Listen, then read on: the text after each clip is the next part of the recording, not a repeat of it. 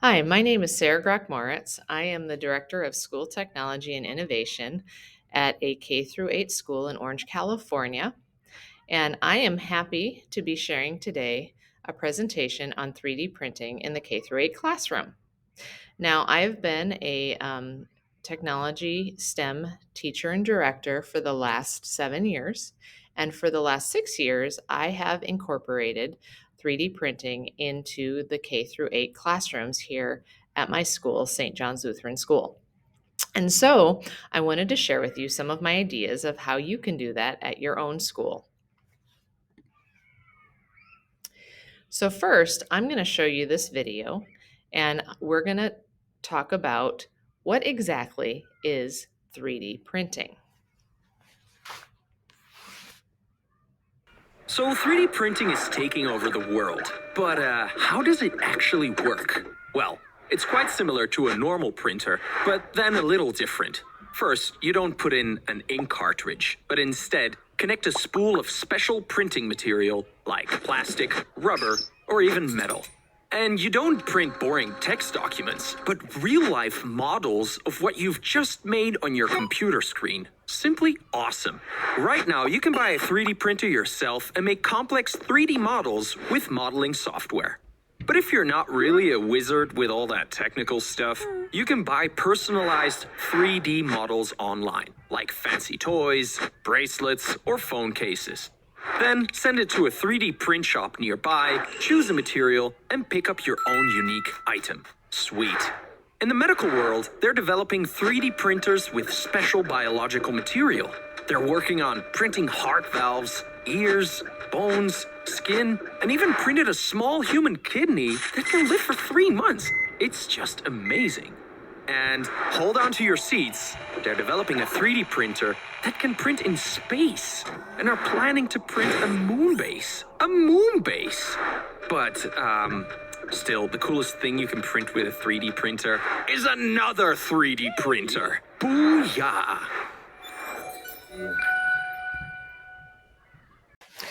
So after watching that video, I think the most exciting thing that the kids tend to react to is the fact that a 3D printer can make another 3D printer.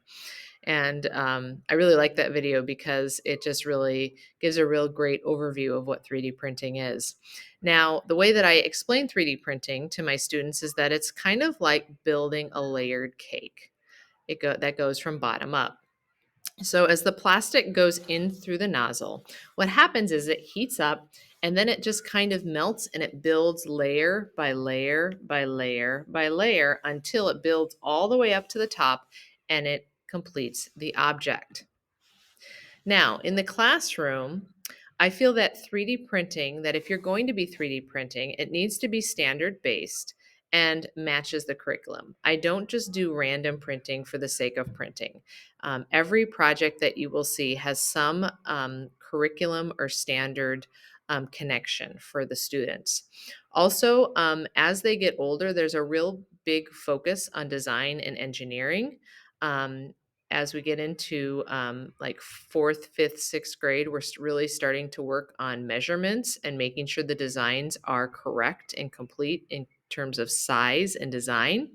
And then also we make sure that we are being precise and planning out our designs. Again, as they get older, we really continue to focus on that process. Now, there's two ways that we do 3D printing here on campus. The first way in kindergarten, first and second, is that we draw for 3D printing, which I'll explain in a minute. Starting in third grade, we start using a CAD program, and the CAD program that we use is called Tinkercad, which I feel is the most child-friendly and easiest to manage program that is out there. And it's also free. So that always makes it a wonderful tool. Now, for 3D printing, there is a definite process that I have to go through on my end to get the the drawings to turn into 3D printing. And I'm going to go through that really quickly with you. The video also will go through it so you can review it at a later time. So basically, what I do is I have the kids draw whatever object that they are drawing, and I really focus on making sure that the drawing is neat and precise. No extra smudges or extra lines can be on the paper.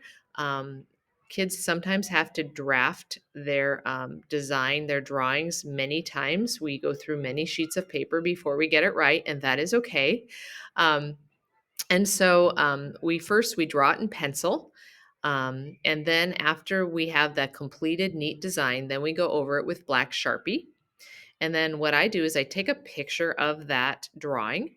I get it into my computer.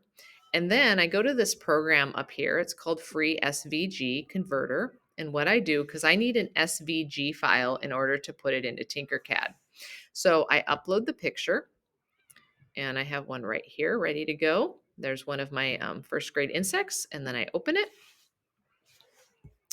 And let me just revamp it and see if I can. There we go.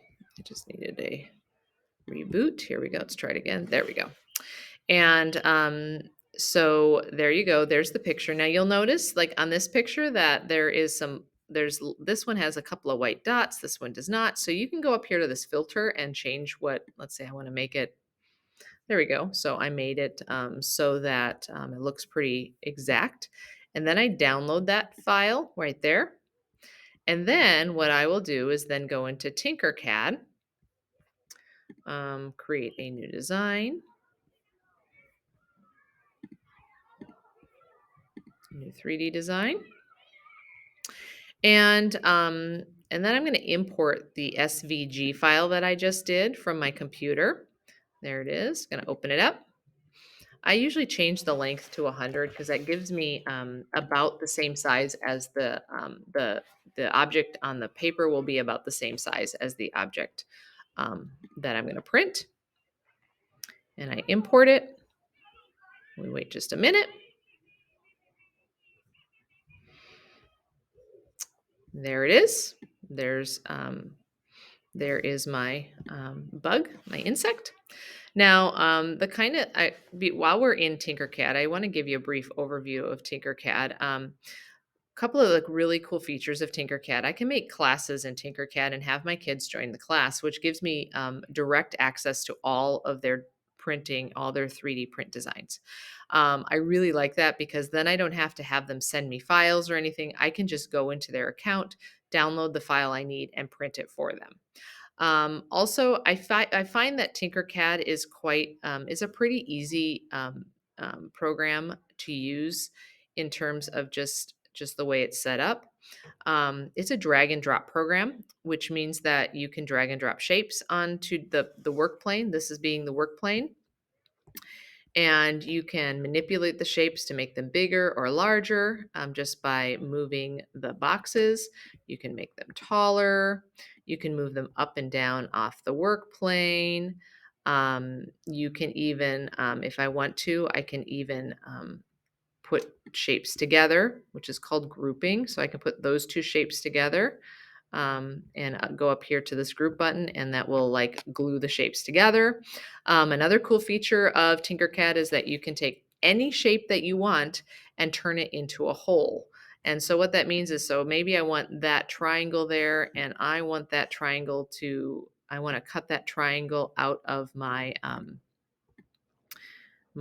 red rectangle there. So I can go up here, turn it into a hole. And then when I group it again, so I'm gonna group it, you'll see that it turned it into a hole. So there's a lot of design elements to it. I'm not gonna go too much into Tinkercad. I just wanted to give you a brief overview of it. But there's a video on the slides that will also help you with how to get started with Tinkercad. And they also have a lot of instructional lessons. If I go to the dashboard up here, just to show you a few things that they have projects you can do. The classroom is where you're going to put your classes in. They have tons of resources. Tons of gallery, and there's a tons of shapes that are already built into Tinkercad. And so it's really an awesome program to get started on. And I showed you that video already, so we're going to go to the next slide. And there's an introduction on how to use Tinkercad. I'm not going to go through that, but you can look at that at a later date. Now I'm going to go through some of the um, projects that we do here on campus. My kindergarten project that I start with is snowflakes. Now, I have figured out a way for kids to make snowflakes. We associate it with the season of winter, and we talk a lot about that in class. And so we talk about what is a snowflake. What that snowflakes are very unique, and they have six different sides to them. And so the program that I use for this is that I use either the Mandela GABA.com, or I really like the iOS app of Mandela's Drawing Studio. But Google Play Store also has the Mandela Maker 360. Those are all ways for kindergartners to easily make snowflakes, because snowflakes you can start with, as long as you set the Mandela for six sides, you'll get a snowflake. Then I share those with those snowflake pictures, either PDFs, and I change them to JPEGs on my from an iPad or a Chromebook or a tablet. And then I upload those just like I did with picsvg.com. I then do the same thing, upload them to Tinkercad, and then download them to an STL file and print them. And so the video will help you to do that with all the printing. Now, in first grade, we go. We start our drawing for 3D printing. Of course, I teach them again how to draw for 3D printing. And the project that we do in first grade is called your Make Your Own Insects. So I do a lot of background teaching on insects. We do a whole slideshow. We learn about what insects eat, and we focus on specifically on what are the body parts of an insect. So insects have six legs. They have three body parts. They have antenna. They have eyes. And the six legs come out of the thorax, which is the, or no, let's see, the abdomen. It comes out of the abdomen, not the head, not the thorax, which is the third part, but it comes out of the abdomen. That's where the legs come out, and they're three on each side. So we focus on all of those things when it comes down to insects. So what they do is they draw their own imaginary insect that is properly created with the proper body parts, and then we share them. Then we sometimes can do that. We also do that a little bit in Seesaw. We will create them on Seesaw as well, but then we actually draw them on paper. And again, I go through the process of uploading them and downloading them into my 3D printers. And then a couple of other ideas that we do with them. We sometimes can make a habitat for them out of paper and put them in there. We give them a name. We tell them what they eat, which kind of is fun because I said you can make it eat anything. So one of my kids did a pizza bug, and we talk about what's the habitat of where does your bug live, and what's its lifespan, and we put that all on a paper, and then we take all of that information, and we're actually using pic collage to make an actual poster of all about our insect, our imaginary insect. So now into second grade. Second grade is quite a project that we do. We start first by researching an animal that they're interested in, which is a whole process of writing things down on paper, learning how to go through websites, and finding the correct information that we need, searching for the correct information that we need. And the second grade teachers help me with that, and they write a little report about it. And then they draw their picture, draw their animal for me. And after they do that, again, I go through the whole imaging process. But then we go into the process of creating a habitat. We use CoSpaces for that. We create a virtual habitat, and I'm able then to pop their little 3D print into their habitat, into CoSpaces. And so it turns out, and they get to also record their whole report in CoSpaces as well. So it's a really multi-layer project, which is a lot of fun, and it really turns out great, because then at the very end we use our VR goggles to go see our CoSpaces habitat with our 3D printer, with our 3D printed animal in it, and also hear words and learn more about each other's insects. So it's a really cool project. Now, once we get to third grade again is where we get to do start using our Tinkercad program, and you'd be amazed. The third graders really understand and really start to pick up how to use the program. And it's not perfect, and there's a little bit of design that I am fixing that I have to do when I'm printing. But I mean, I'm pretty impressed by what they do. And so they read a book called Stone Fox in third grade, and that is where the inspiration for our 3D printing comes from. So we make our own dog sleds. Um, Now, of course, we before we make their prototype, we research it. We also practice using Tinkercad because it's a brand new program for them. And then we have this culmination activity at the very end where we get to race our dog sleds, and there's a winner. We do a little tournament. It all happens in March, so it goes really well with March Madness. And here's a little video right here. I'm just going to start it. It's really quick. There goes the dog sleds. They go down. So it's really kind of a cool project for them. There it goes again. So fourth grade is where we study California history, and so we do that and include that with our 3D printing. So the kids make a 3D printed California. Um, and the first thing that they do is that they have to do a little research, and they do a whole project in fourth grade with their either Presidio, mine, tribe, or mission. And so they have to they have to draw a symbol for their project on paper before they even go into Tinkercad and show me exactly what you are planning to design. Now, that design is going to be created from scratch on Tinkercad by the students, and then they will put their at once they have designed it. I give them the California STL. I put that into their files so they have it.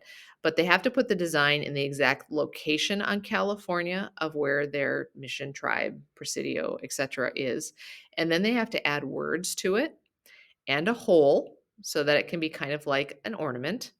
Um, and so that everything's designed in Tinkercad. I'll move that up there. There you go. And that was one of our missions. So they created a bell. And that is where the San Gabriel mission is. It's where the bell is. So they get to do all that. So it's a little bit of a step up from the dog sleds and a little bit more precision and a little bit. Now we begin the design process on paper. In fifth grade, we take it one more step up. This is where we get into our design and engineering that is included in the NGSS standards. I have the whole design guide in there, so you can click on the tab and that'll give you this entire project for you. They make their own bubble wands, and with this, there is a lot more precision. We get the rulers out. You have to design it, you have to measure it, you have to put it on paper before we ever let you get into Tinkercad to really to design it there. And you would be amazed at the bubble wands that we get every year. I'm just amazed at the quality of the bubble wands. They take this really seriously because at the very end, what they do is we create two of these bubble wands, and one of the bubble wands that is given to a kindergartner where they get to test out the bubble wands on one of the days during the year. And that has just been an incredible connection for those fifth graders to be able to have to give their bubble wand to an actual kindergartner and see them test it out. Truly allows them to see their work being used by someone else. So it's really cool. Next, sixth grade is kind of an anomaly here on campus. In the past, I have been able to have them design their own design. So create their own design, draw it on paper, measure it, all that stuff, so they can create something like a pencil case or a holder or something like that. This year, my job has changed, so I don't do that as much, and so looking for adding something into sixth grade, but haven't quite gotten there yet. But then in seventh grade, they study medieval history, and one of the things in medieval history is the family shield, the family crest. And so we create one of those with in Tinkercad. They actually make a paper crest or shield before they ever do anything in Tinkercad. And that's all part of the medieval history unit. And then also, I created a rubric that goes with this. So I have also um, um, added that to the slide so that you have a copy of it. Because starting in seventh grade and eighth grade, I actually do grade what they're doing to make sure that it meets the quality standards, and they do get a grade for it. And I use that rubric as part of the grading process. And then lastly, in eighth grade, they do a bird beak pot project. And I actually have one of the bird beaks right here so you can see it. See right there. And you can see the bird beaks, they open and close. That's a whole new design element. And this is part of their project on biological evolution. They create a bird beak on paper for a bird that has evolved over 10,000 years. And then they design that bird beak. They have to make sure there's a ball and socket added into it so it will open and close, which is right here. And they draw a habitat and a bird, and they sometimes use green screen to add their 3D beak to their drawn bird. They've also done it where they've made a poster about their bird, and put everything together that they've learned in this project. Um, and so, also at the very bottom here, if you look right here, I have actually done step-by-step videos on how to create the bird beaks in Tinkercad, and those are linked to this presentation. So again, you will have some resources that you can use. Now, I've added even extra resources in here for you using Wakelet.